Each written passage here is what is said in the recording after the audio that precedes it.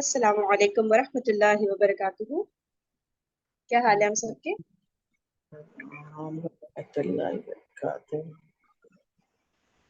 الحمدللہ. اچھا، ہم لوگ صلح حدیبیہ لاسٹ ٹائم پڑھ رہے تھے نا. پھر ہم نے کل نہیں پرسوں ویڈیو دیکھی تھی ڈاکٹر اسرار کی، تاکہ ہمیں کچھ پوائنٹس جو کلیئر نہیں ہو پا رہے تھے وہ بھی کلیئر ہو جائے. تو ماشاء اللہ سے بہت اچھی طرح بہت ساری چیزیں کلیئر ہو گئی تھی ہمیں. اب اس کے آگے سے ہم دیکھتے ہیں کیونکہ ابھی صلح حدیبیہ کنٹینیو ہو رہا ہے. اس میں ایک آیت آئی تھی جب ہم پڑھے تھے صلح حدیبیہ کا ٹاپک، تو اس کی نا تھوڑی سی تفسیر پڑھ دیتی ہوں. آیت یہ تھی سورۃ الممتحنہ کی آیت نمبر 10 تھی، جس کا ترجمہ یہ ہے: اے ایمان والو، جب تمہارے پاس مومن عورتیں ہجرت کر کے آئیں تو تم ان کا امتحان لو. دراصل ان کے ایمان کو بھی جاننے والا تو اللہ ہی ہے، لیکن اگر وہ تمہیں ایمان والیاں معلوم ہو تو اب تم انہیں کافروں کی طرف واپس نہ کرو. یہ ان کے لیے حلال نہیں اور نہ وہ ان کے لیے حلال ہے، اور جو خرچ ان کافروں کا ہوا ہو وہ انہیں ادا کر دو. ان عورتوں کو ان کے مہر دے کر ان سے نکاح کر لینے میں تم پر کوئی گناہ نہیں، اور کافر عورتوں کی ناموس اپنے قبضے میں نہ رکھو. اور جو کچھ تم نے خرچ کیا ہو مانگ لو، اور جو کچھ ان کافروں نے خرچ کیا ہو وہ بھی مانگ لیں. یہ اللہ کا فیصلہ ہے جو تمہارے درمیان کر رہا ہے. اللہ تعالیٰ بڑے علم اور حکمت والا ہے. ٹھیک ہے، تو اس آیت کو ہمیں بہت اچھی طرح ویسے بھی سمجھنا چاہیے، اور یہ سیرت کی کتاب میں بھی کیونکہ آئی تھی ہماری ریڈنگ کے دوران، تو اس کی تفسیر مولانا مودودی صاحب نے کافی زیادہ ڈیٹیل میں لکھی ہے. تو اس کا کچھ حصہ پڑھ لیتے ہیں اگر پورا نہیں پڑھ پائے ہم تب بھی. ٹھیک ہے، تو اس میں لکھا گیا ہے، ایک منٹ رکیے گا. اس حکم کا پس منظر یہ ہے کہ صلح حدیبیہ کے بعد اول تو مسلمان مرد مکہ سے بھاگ بھاگ کر مدینہ آتے رہے اور انہیں معاہدے کی شرائط کے مطابق واپس کیا جاتا رہا. یہی بات ہوئی تھی نا کہ جو بھی مسلمان مرد وہاں مکہ سے مدینہ آئیں گے تو اور حضور پاک صلی اللہ علیہ وسلم پر لازم ہے کہ وہ ان سب کو واپس بھیج دیں. یہ معاہدے میں تو طے پا گئی تھی بات، تو وہ مردوں کو تو واپس کر رہے تھے کہ بھئی آپ سب نے مکہ جانا ہے. پھر مسلمان اب چوتھی لائن سے میں پڑھی ہوں. پھر مسلمان عورتوں کے آنے کا سلسلہ شروع ہو گیا، اور سب سے پہلے ام کلثوم بنت عقبہ بن ابی معیط ہجرت کر کے مدینہ پہنچی. ٹھیک ہے، جو اس وقت ہم لوگ کو کنفیوژن ہو رہی تھی نا کہ مہاجر عورتوں کی بات ہو رہی ہے، تو یہ اس وقت کی بات ہو رہی ہے کہ جب تمام مسلمان ہجرت کر رہے تھے مکہ سے مدینہ شروع میں، یا پھر ابھی جو پھر یہ وہاں سے مکہ سے مدینہ آنا چاہ رہی تھی. تو پھر اب بتا رہے ہیں کہ پھر مسلمان عورتوں کے آنے کا سلسلہ شروع ہو گیا، یعنی صلح حدیبیہ کی بات ہو رہی ہے. اور سب سے پہلے ام کلثوم بنت عقبہ بن ابی معیط ہجرت کر کے مدینہ پہنچی. کفار نے معاہدے کا حوالہ دے کر ان کی واپسی کا بھی مطالبہ کیا، اور ام کلثوم کے دو بھائی ولید بن عقبہ اور عمارہ بن عقبہ انہیں واپس لے جانے کے لیے مدینہ پہنچ گئے. اس وقت یہ سوال پیدا ہوا کہ کیا حدیبیہ کے معاہدے کا اطلاق عورتوں پر بھی ہوتا ہے؟ اللہ تعالیٰ نے اسی سوال کا یہاں جواب دیا ہے کہ اگر وہ مسلمان ہو اور یہ اطمینان کر لیا جائے کہ واقعی وہ ایمان ہی کی خاطر ہجرت کر کے آئی ہیں، کوئی اور چیز انہیں نہیں لائی ہے، تو انہیں واپس نہ کیا جائے. ٹھیک ہے، عورتوں کے لیے رولز الگ ہو گئے، مردوں کے لیے تھا نا کہ واپس کرنا ہے. ٹھیک ہے، عورتوں کا ہوا کہ نہیں واپس کرنا ہے. اس مقام پر احادیث کی روایت بالمعنی سے ایک بڑی پیچیدگی پیدا ہو گئی ہے جسے حل کرنا ضروری ہے. صلح حدیبیہ کی شرائط کے متعلق احادیث میں جو روایتیں ہمیں ملتی ہیں وہ اکثر و بیشتر بالمعنی روایات ہیں. زیر بحث شرط کے متعلق ان میں سے کسی روایت کے الفاظ یہ ہیں. اچھا، اس کا ترجمہ ہے: تم میں سے جو شخص ہمارے پاس آئے گا اسے ہم واپس نہ کریں گے، اور ہم میں سے جو تمہارے پاس جائے گا اسے تم واپس کر دو گے.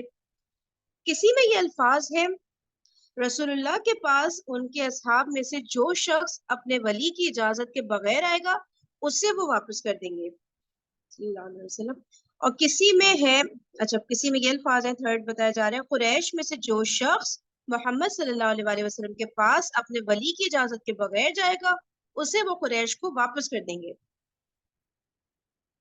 ان روایات کا طرز بیان خود یہ ظاہر کر رہا ہے کہ ان میں معاہدے کی اس شرط کو ان الفاظ میں نقل نہیں کیا گیا ہے جو اصل معاہدے میں لکھے گئے تھے، بلکہ راویوں نے ان کا مفہوم خود اپنے الفاظ میں بیان کر دیا ہے.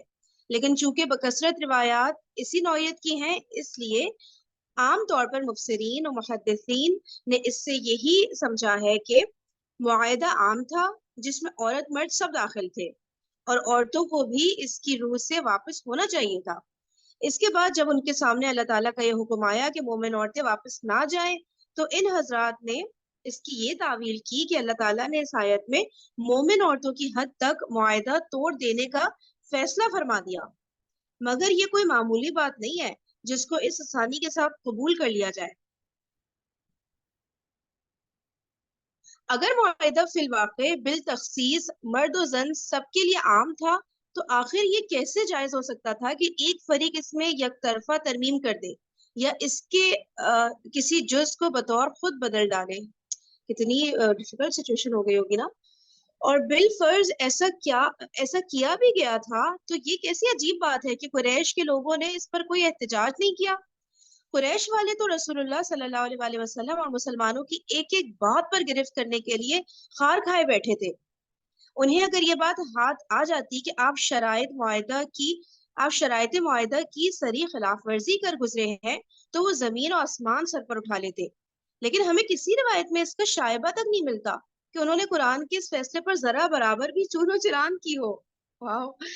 یہ ایسا سوال تھا جس پر غور کیا جاتا تو معاہدے کے اصل الفاظ کی جستجو کر کے اس پیچیدگی کا حل تلاش کیا جاتا، مگر بہت سے لوگوں نے تو اس کی طرف توجہ نہیں کی، اور بعض حضرات مثلا قاضی ابو بکر ابن عربی نے توجہ کی بھی، تو انہوں نے قریش کے اعتراض نہ کرنے کی یہ توجیہ تک کرنے میں تعمل نہ کیا کہ اللہ تعالیٰ نے بطور معجزہ اس معاملے میں قریش کی زبان بند کر دی تھی۔ سبحان اللہ، ریپیٹ کروں گی اس لائن کو، کہ اللہ تعالیٰ نے بطور معجزہ اس معاملے میں قریش کی زبان بند کر دی تھی۔ کتنی اسٹرانگ لائن ہے، اللہ تعالیٰ ہر چیز پر قادر ہے۔ تعجب ہے کہ اس توجیہ پر ان حضرات کا ذہن کیسے مطمئن ہوا۔ اصل بات یہ ہے کہ معاہدہ صلح کی یہ شرط مسلمانوں کی طرف سے نہیں بلکہ کفار قریش کی طرف سے تھی، اور ان کی جانب سے ان کے نمائندے سہیل بن عمرو نے جو الفاظ معاہدے میں لکھوائے تھے وہ یہ تھے، اور یہ کہ تمہارے پاس ہم میں سے کوئی مرد بھی آئے اگرچہ وہ تمہارے دین ہی پر ہو، تم اسے ہماری طرف واپس کرو گے۔ معاہدے کے یہ الفاظ بخاری کتاب الشروط باب الشروط فی الجہاد والمصالحہ میں قوی سند کے ساتھ نقل ہوئے ہیں۔ ہو سکتا ہے کہ سہیل نے رجل کا لفظ شخص کے معنی میں استعمال کیا ہو، لیکن یہ اس کی ذہنی مراد ہوگی۔ صحیح۔ معاہدے میں جو لفظ لکھا گیا تھا وہ رجل ہی تھا، جو عربی زبان میں مرد کے لیے بولا جاتا ہے۔ اسی بنا پر جب ام کلثوم بنت عقبہ کی واپسی کا مطالبہ لے کر ان کے بھائی رسول اللہ صلی اللہ علیہ وآلہ وسلم کی خدمت میں حاضر ہوئے، تو امام زہری کی روایت کے مطابق رسول اللہ صلی اللہ علیہ وآلہ وسلم نے ان کو واپس کرنے سے یہ کہہ کر انکار فرمایا کہ شرط مردوں کے بارے میں تھی، نہ کہ عورتوں کے بارے میں۔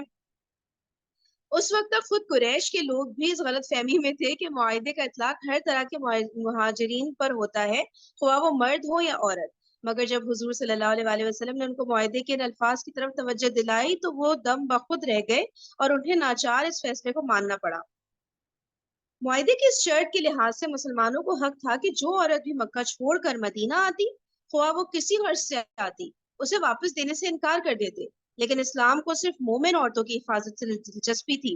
ہر طرح کی بھاگنے والی عورتوں کے لیے مدینہ طیبہ کو پناہ گاہ بنانا مقصود نہ تھا، اس لیے اللہ تعالیٰ نے حکم دیا کہ جو عورتیں ہجرت کر کے آئیں اور اپنے مومن ہونے کا اظہار کریں، ان سے پوچھ گچھ کر کے اپنا اطمینان کر لو کہ وہ واقعی ایمان لے کر آئی ہیں، اور جب اس کا اطمینان ہو جائے تو ان کو واپس نہ کرو۔ اچھا، تھوڑی سی تفسیر نا ان کی بھی پڑھ لیتے ہیں، تقی اسماعیل صاحب کی، ان کی شارٹ سی ہے، دیکھتے ہیں کہ وہ اس بارے میں کیا کہہ رہے ہیں۔ اس آیت نے یہ واضح حکم عطا فرما دیا کہ کوئی مسلمان عورت کسی بھی غیر مسلم کے نکاح میں نہیں رہ سکتی، چنانچہ اگر کسی غیر مسلم کی بیوی مسلمان ہو جائے تو اس کے شوہر کو بھی اسلام لانے کی پیشکش کی جائے گی۔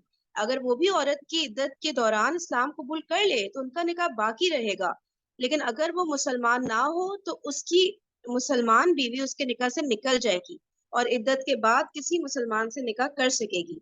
جو شادی شدہ عورتیں مسلمان ہو کر مدینہ منورہ آتی، ان کے شوہروں سے ان کا نکاح ختم ہو جاتا تھا، لیکن چونکہ مکہ مکرمہ کے کافروں سے اس وقت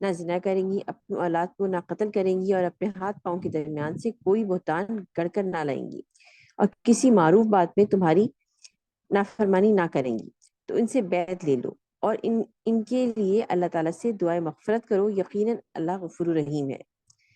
چنانچہ جو عورتیں اس آیت میں ذکر کی ہوئی ہیں شرائط کی پابندی کا عہد کرتی، آپ ان سے فرماتے کہ میں نے تم سے بیعت لے لی، پھر انہیں واپس نہ کرتے۔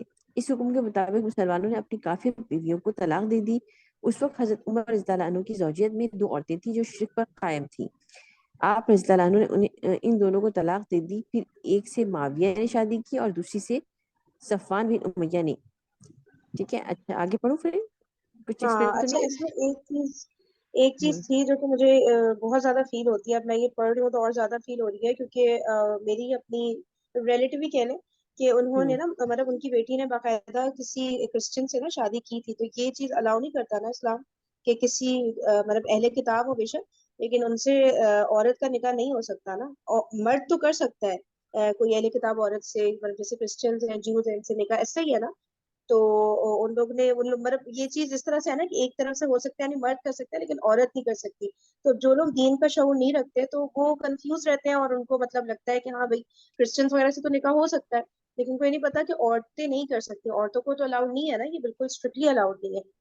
تو یہ چیز میرے خیال سے ہم لوگ کو اس پہ نا ورکنگ کرنی چاہیے، جس کے بھی نالج میں بات آ جائے تو ایٹ لیسٹ جو باہر رہ رہے ہوتے ہیں نا، جیسے آسٹریلیا، امریکہ، یورپ اور اس طرح کے جو کفار ممالک ہیں، ان کے اندر جو رہ رہے ہوتے ہیں، تو ان کو ایٹ لیسٹ ہم لوگ یہ نا شعور دیں، کیونکہ باقی ان کو نہیں پتہ چل رہا ہوتا، تو اب یہ اتنا بڑا گناہ ہو جاتا ہے، اور پھر اس سے جان چھڑانا مشکل ہے نا، کہ اگر آپ کی ایک فیملی بن گئی، آپ کے بچے بھی ہو گئے سب، اب آپ کو پتہ چل رہا ہے کہ میرا تو یہ نکاح ہی نہیں ہوا، یہ تو ہونا ہی نہیں تھا، تو وہ اس وقت ڈیسیجن واپس آنا کتنا مشکل کام ہے نا۔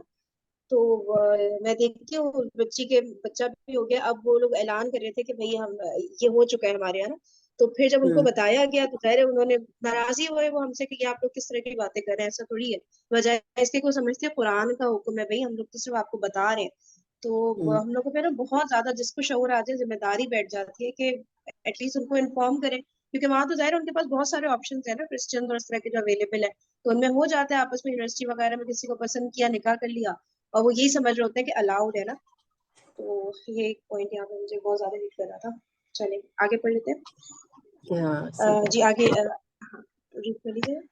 اس معاہدے کی دفعات کا حاصل، یہ صلح حدیبیہ، جو شخص اس کی دفعات کا ان کے پس منظر سمیت جائزہ لے گا، اسے کوئی شبہ نہ رہے گا کہ یہ مسلمانوں کی فتح عظیم تھی، کیونکہ قریش نے اب تک مسلمانوں کا وجود تسلیم نہیں کیا تھا، انہیں نیست و نابود کرنے کا تہیہ کیے بیٹھے تھے، انہیں انتظار تھا کہ ایک نہ ایک دن یہ قوت دم توڑ دے گی۔ اس کے علاوہ قریش جزیرت العرب کے دینی پیشوا اور دنیاوی تھوڑا سا صدر آواز آپ کی نشین، نا ہلکی ہلکی ہلکی تھوڑا سا مائک کے قریب آئیے گا۔ اچھا ٹھیک ہے، ٹھیک ہے، یہ صلح حدیبیہ، جو شخص اس کی دفعات، جی اب آ رہی ہے؟ ہلو، اب جی آ جی رہی آ ہے؟ رہی ہے، آ رہی ہے، جی جی اب ٹھیک بہتر۔ ہے، ٹھیک ہے، یہ ہے صلح حدیبیہ، جو شخص اس کی دفعات اور ان کے پس منظر سمیت جائزہ لے گا، اسے کوئی شبہ نہ رہے گا۔ یہ مسلمانوں کی فتح عظیم تھی، کیونکہ قریش نے اب تک مسلمانوں کا وجود تسلیم نہیں کیا تھا اور انہیں نیست و نابود کرنے کا تہیہ کیے بیٹھے تھے، انہیں انتظار تھا کہ ایک نہ ایک دن یہ قوت دم توڑ دے گی۔ اس کے علاوہ قریش جزیرت العرب کے دینی پیشوا اور دنیاوی صدر نشین ہونے کی حیثیت سے اسلامی دعوت اور عام لوگوں کے درمیان پوری قوت کے ساتھ حائل رہنے کے لیے کوشاں رہتے تھے۔ اس پس منظر میں دیکھیے تو صلح کی جانب محض جھک جانا ہی مسلمانوں کی قوت کا اعتراف اور اس بات کا اعلان تھا کہ اب قریش اس قوت کو کچلنے کی طاقت نہیں رکھتے۔ پھر تیسری دفعہ کے پیچھے صاف طور پر نفسیاتی کیفیت کا کارفرما نظر آتی ہے کہ قریش کی دنیاوی صدر نشینی اور دینی پیشوائی کا جو منصب حاصل تھا، اسے انہوں نے بالکل بھلا دیا تھا، اور اب انہیں صرف اپنی پڑی تھی۔ ان کو اس سے کوئی سروکار نہ تھا کہ بقیہ لوگوں کا کیا بنتا ہے، یعنی اگر سارے کا سارا جزیرت العرب حلقہ بگوشہ اسلام ہو جائے تو قریش کو اس کی کوئی پرواہ نہیں، اور وہ اس میں کسی طرح کی مداخلت نہ کریں گے۔ کیا قریش کے عزائم اور مقاصد کے لحاظ سے یہ ان کی شکست فاش نہیں ہے، اور مسلمانوں کے مقاصد کے لحاظ سے یہ فتح مبین نہیں ہے؟ آخر اہل اسلام نے اور اعدائے اسلام کے درمیان جو خون ریز جنگیں پیش آئی تھیں، ان کا منشا اور مقصد اس کے سوا کیا تھا کہ عقیدے اور دین کے بارے میں لوگوں کو مکمل آزادی اور خود مختاری حاصل ہو جائے. یعنی اپنی آزاد مرضی سے جو شخص چاہے مسلمان ہو اور جو شخص چاہے کافر رہے. کوئی طاقت ان کی مرضی اور ارادے کے سامنے رک گئے. روڑ روڑا روڑ روڑا روڑ پتہ نہیں کیا لکھا ہے. روڑا بن کر نہیں کہہ رہے روڑے اٹکانا. اچھا اوکے اوکے. روڑا بن کر کھڑی نہ ہو. مسلمانوں کا یہ مقصد تو ہرگز نہ تھا کہ دشمن کے مال ضبط کیے جائیں, انہیں موت کے گھاٹ اتارا جائے اور انہیں زبردستی مسلمان بنایا جائے. یعنی مسلمانوں کا مقصد صرف یہ تھا جسے علامہ اقبال نے یوں بیان کیا ہے: شہادت مطلوب و مقصود و مومن، نہ مال غنیمت نہ کشور کشائی. آپ دیکھ سکتے ہیں کہ اس صلح کے ذریعے مسلمانوں کا مذکورہ مقصد اپنے تمام اجزاء اور لوازم سمیت حاصل ہو گیا. اور اس طرح حاصل ہو گیا کہ بسا اوقات جنگ میں فتح مبین سے ہمکنار ہونے کے باوجود حاصل نہیں ہو پاتا. پھر اس آزادی کی وجہ سے مسلمانوں نے دعوت و تبلیغ کے میدان میں نہایت زبردست کامیابی حاصل کی. چنانچہ مسلمان افواج کی تعداد جو اس صلح سے پہلے 3000 سے زائد کبھی نہ ہو سکی تھی, وہ محض 2 سال کے اندر فتح مکہ کے موقع پر 10,000 ہو گئی. زبردست. اس کو تھوڑا سا مل کے دیکھ لیتے ہیں بہت ساری چیزیں. ہاں دیکھیں. ایک نظر نا یہ جو کہہ رہے ہیں نا اس معاہدے کی جو دفعات تھی اس کا حاصل, تو ایک نظر نا جو دفعات تھی ان کو گو تھرو کر لیتے ہیں تاکہ ہمیں یاد آ جائے. جیسے پہلی تھی کہ رسول اللہ صلی اللہ علیہ وسلم اس سال مکے میں داخل ہوئے بغیر واپس جائیں گے. ٹھیک ہے, تو بظاہر تو لگ رہا ہے کہ بھئی یہ کیا, تو کافروں نے جو بات کی وہ مان لی مسلمانوں نے. اگلے سال مسلمان مکہ آئیں گے اور 3 روز قیام کریں گے. ان کے ساتھ سوار کا ہتھیار ہوگا, میانوں میں تلواریں ہوں گی اور ان سے کسی قسم کا تعرض نہیں کیا جائے گا. 10 سال تک فریقین جنگ بند رکھیں گے اور اس عرصے میں لوگ معمون رہیں گے, کوئی کسی پر ہاتھ نہیں اٹھائے گا. ٹھیک ہے نا, تو پہلے پوائنٹ میں تو ایک طرح سے کلیئر کٹ, ٹھیک ہے اس سال منع کر دیا لیکن اگلے سال تو الاؤ ہو گیا نا مسلمانوں کو. تو 1 سال کی بات تھی, ٹھیک ہے, کافی ان لوگوں نے یہ تو مان لیا نا کہ ہاں بھائی مسلمان انٹر ہو سکتے ہیں مکہ میں, عمرہ بھی کر سکتے ہیں, بس اس سال نہیں. اس سال کی وہ اڑ گئے تھے نا, وہ ضد پر آ گئے تھے کہ نہیں اس سال نہیں ہوگا, بس اگلے سال بے شک آ جائے. تو یہ بھی مسلمانوں کی بات ایک طرح سے مان لی گئی نا کہ ٹھیک ہے آ تو سکتے ہیں وہ. پھر دوسرا یہ کہ 10 سال تک فریقین میں جنگ نہیں ہوگی, یہ تو بہت بڑا ڈیسیجن تھا. مطلب انہوں نے اور معاہدے کی وہی بات جو ابھی لکھی ہوئی آئی تھی نا کہ ایک طرح سے انہوں نے مسلمانوں کو ایک پاور تسلیم کر لیا تھا نا, ورنہ معاہدہ مطلب اپنے ٹکر کے کسی شخص کے ساتھ ہی ہوتا ہے نا, اپنے ٹکر کی قوم کے ساتھ ہوتا ہے, ورنہ ایسی تھوڑی ابھی تک تو ریکگنائز ہی نہیں کر رہے تھے. وہ بس یہ سمجھ رہے تھے یہ ان کو بس ایک جوش چڑھا ہوا ہے, کریں گے دعوت و تبلیغ کریں گے, اس کے بعد تھک ہار کے بیٹھ جائیں گے, ان کا ہونا اور ہونا تو کچھ ہے نہیں. تو یہ ریکگنائز ہی نہیں کر رہے تھے مسلمانوں کو as a separate proper nation. تو اب فائنلی کر لیا تھا, تبھی تو یہ معاہدہ ہو رہا تھا. پھر 10 سال تک یہ مان گئے کہ جنگ نہیں ہوگی نا, کتنی بڑی بات ہے, ورنہ قریش کو کیا جنگ سے کوئی ڈرے ہوئے تھوڑی تھے وہ. یعنی کہ ویسے دیکھا جائے تو ہاں مسلمانوں کے مقابلے میں تو ڈیفینیٹلی ان کو تھا کہ مسلمان سے لڑنا مشکل ہے, کہ ان کی ہار ہی ہوئی جا رہی تھی مسلسل نا. تو لیکن ویسے دیکھے تو کتنی بڑی ان کی فوج تھی اور کتنا وہ عرب والوں کو جمع کر کے آگے مزید کتنی جنگیں کر سکتے تھے. لیکن ان کو ایک بات یہ کلیئر ہو گئی تھی کہ ہم جتنے بڑے سے بڑا دستہ لے کر جا رہے ہیں مسلمانوں کا مقابلہ نہیں کر پا رہے. تو وہ ایک اور اٹیمپٹس بھی تو لے ہی سکتے تھے نا قریش, کیونکہ ابھی بھی ان کے پاس ٹھیک ٹھاک فوجی تھے.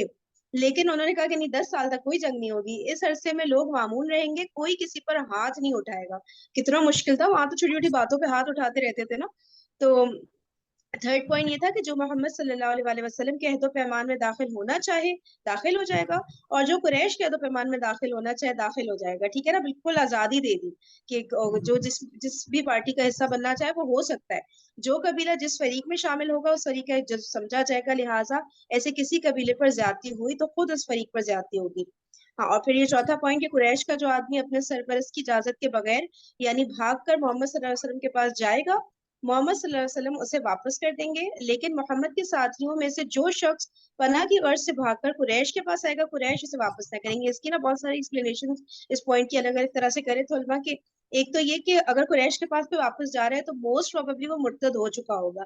ٹھیک ہے, تو ایسے شخص کو مسلمانوں کو ضرورت بھی کیا ہے ایسے شخص کی نا, جو اسلام سے ہی نکل گیا ہو تو وہ جائے قریش کے پاس جائے کہیں بھی جائے, تو اس میں یہ تھا کہ مسلمانوں کو کیا اس میں نقصان ہو رہا ہے. تو ایک تو یہ تھا, پھر دوسرا یہ تھا کہ اگر ٹھیک ہے مرتد نہیں بھی ہو رہا مسلمان ہے, تب وہ قریش کے پاس جائے گا ہی کیوں, کیونکہ یہی بتا رہے ہیں کہ ابھی تک ہسٹری میں ایسا کچھ بھی نہیں ہوا تھا کہ جو مدینہ آ گئے مسلمانوں کے وہ واپس قریش والوں کے پاس جا رہے ہو, مکے میں جا رہے ہو کہ بھی ان کے ساتھ رہیں گے. تو ایسا ہوا ہی نہیں تھا. تو اس لیے جو ہے یہ اس پوائنٹ کی کوئی حیثیت نہیں تھی کہ بھئی یہاں سے جو ہے واپس بھیج دیں گے جو بھی یعنی کہ جو بھی مسلمان ان کے پاس قریش کے پاس جائے گا تو ان کو واپس بھیج دیں گے کہ بھئی ادھر مدینہ میں آ جائے. وہ جائیں گے ہی کیوں قریش کے پاس نا.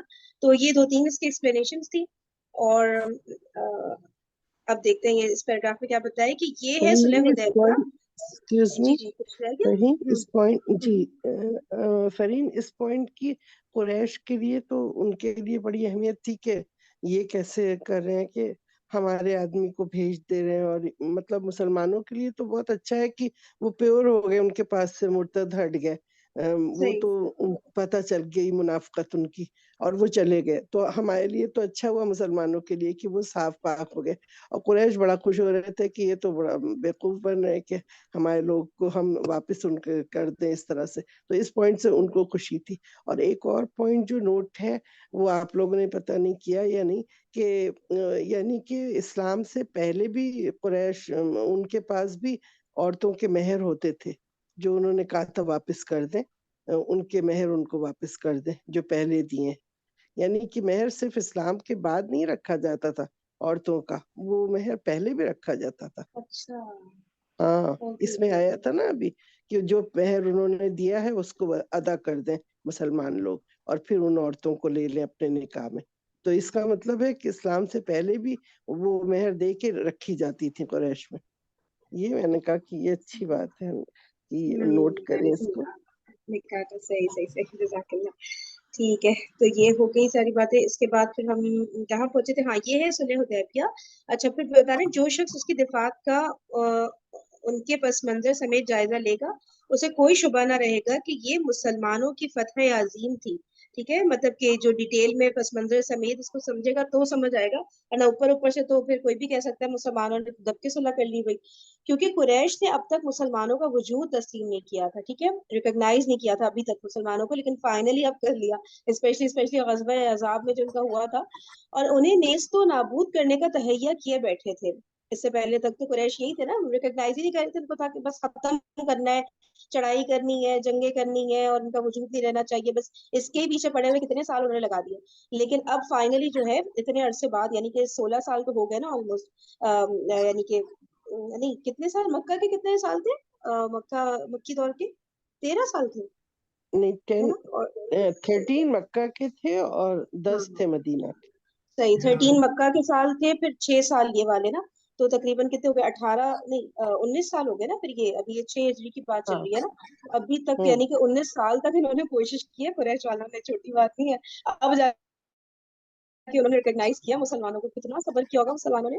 انہیں انتظار تھا کہ ایک نہ ایک دن یہ قوت دم توڑ دے گی. اس کے علاوہ قریش جزیرت العرب کے دینی پیشوا اور دینی صدر نشین ہونے کی حیثیت سے، قریش والے وہی تھے نا جو دینی پیشوا تھے ایک طرح سے نا، پورے عرب کے وہاں پہ سب عرب والے ان کو مانتے تھے، پھر خانہ کعبہ کی رکھوالی کرتے تھے، ساری چیزیں، تو وہ ان کا ایک اپر ہینڈ تھا. تو ہونے کی حیثیت سے اسلامی دعوت اور عام لوگوں کے درمیان پوری قوت کے ساتھ حائل رہنے کے لیے کوشاں رہتے تھے. کس کے درمیان؟ اسلامی دعوت اور عام لوگوں کے درمیان. ہاں جو عام لوگ تھے نا، یہ ان کو متنفر کرتے رہتے تھے نا کہ ان کی بات نہیں مانو، یہ لوگ ایسی فالتو کی باتیں کر رہے ہوتے ہیں، ان کے قریب مت جائیں، ان کی بات مت سنیں، یہی ان کا طریقہ تھا نا. تو کوشش کرتے رہتے تھے کسی طرح عام لوگ ان کی دعوت کو قبول نہ کریں، ان کی بات تک نہ سنیں. بات سنیں گے تو ظاہر ہے پھر اثر ہو جاتا تھا ان پہ نا. اس پس منظر میں دیکھیے تو صلح کی جانب محض جھک جانا ہی مسلمانوں کی قوت کا اعتراف اور اس بات کا اعلان تھا کہ اب قریش اس قوت کو کچلنے کی طاقت نہیں رکھتے. ٹھیک ہے نا، تو اور سے دیکھیں تو اس میں قریش بھی تو بات مان رہے ہیں نا. پھر تیسری دفعہ کے پیچھے صاف طور پر یہ نفسیاتی کیفیت کار فرما نظر آتی ہے کہ قریش کو دنیاوی صدر نشینی اور دینی پیشوائی کا جو منصب حاصل تھا. اچھا دنیاوی صدر نشینی، ہاں دنیاوی طور پہ بھی اور دینی طور پہ بھی وہ لیڈرز تھے نا، جو منصب حاصل تھا اسے انہوں نے بالکل بھلا دیا تھا، اور اب انہیں صرف اپنی پڑی ہوئی تھی قریش کو نا. ٹھیک ہے، ان کو اس سے کوئی سروکار نہ تھا کہ بقیہ لوگوں کا کیا بنتا ہے. اچھا اب اس کی ڈیٹیلز آ رہی ہیں آگے، یہ پھر ہمارا سیشن کا ٹائم بھی اینڈ ہو گیا نا، تو پھر یہاں سے جو فردر ڈیٹیلز ہیں انشاءاللہ پھر کل ہم پڑھنے کی کوشش کرتے ہیں. ٹھیک ہے، چلیے بہت شکریہ آپ سب کے سیشن میں آنے کا، جزاک اللہ خیرا کثیرا. سبحانک اللہم و بحمدک، نشہد ان لا الہ الا انت، نستغفرک و نتوب الیک. السلام علیکم و رحمۃ اللہ وبرکاتہ.